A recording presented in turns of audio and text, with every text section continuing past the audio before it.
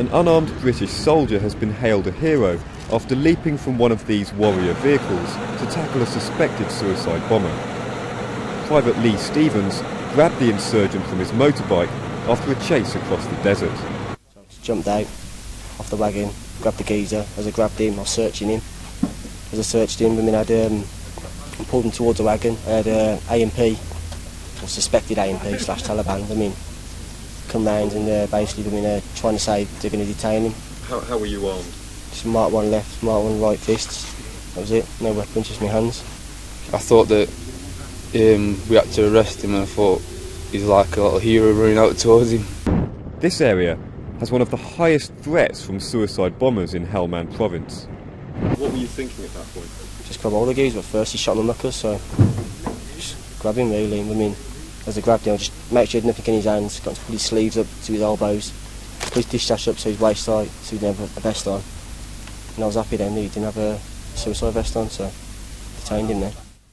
Meanwhile, 4 men from the platoon were running 2 kilometres across the desert to provide backup. At that time, kit on, good to go, sort of skiing down gravel as we made our way down to the into the dead ground. So we started running. It took us about 5 to 7 minutes to get to do 2Ks with all the kit and equipment we have.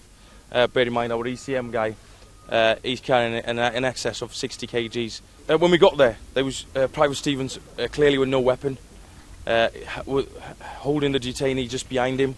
We had a Court Podmore who had a pistol with him, and he was the only protection Private Stevens had. The vehicles left with the prisoner to support another group of soldiers who had come under fire. But 3 of the Brits were left on the ground, facing off against the Afghans. The AMP then began to go in and around their vehicles. One seemed to be trying to choose his weapon of choice. He clearly came up with his PKM first, put it down, loaded that, went back in, got an AK-47 for the rest of his crew. He then sat in the vehicle clearly with the weapon pointing in our direction. How would you describe this situation? It sounds like something almost out of a film. Yeah, what Coher said, all that was left was some tacos, and we'd been a Mexican standoff. So we stood there looking at each other. We had our weapons down there, our weapons pointing at us. So we sort of just waited for the situation to calm down, and slowly, without not saying a word, both call signs, not saying a word, began to move away from each other. And that was it. We discovered he was a high-level insurgent, a known bomb maker, and one that instructed others in the making of IEDs. So to that end, Private Stevens' action has possibly saved the lives not only of my own soldiers, but those of the Afghan National Security Forces too.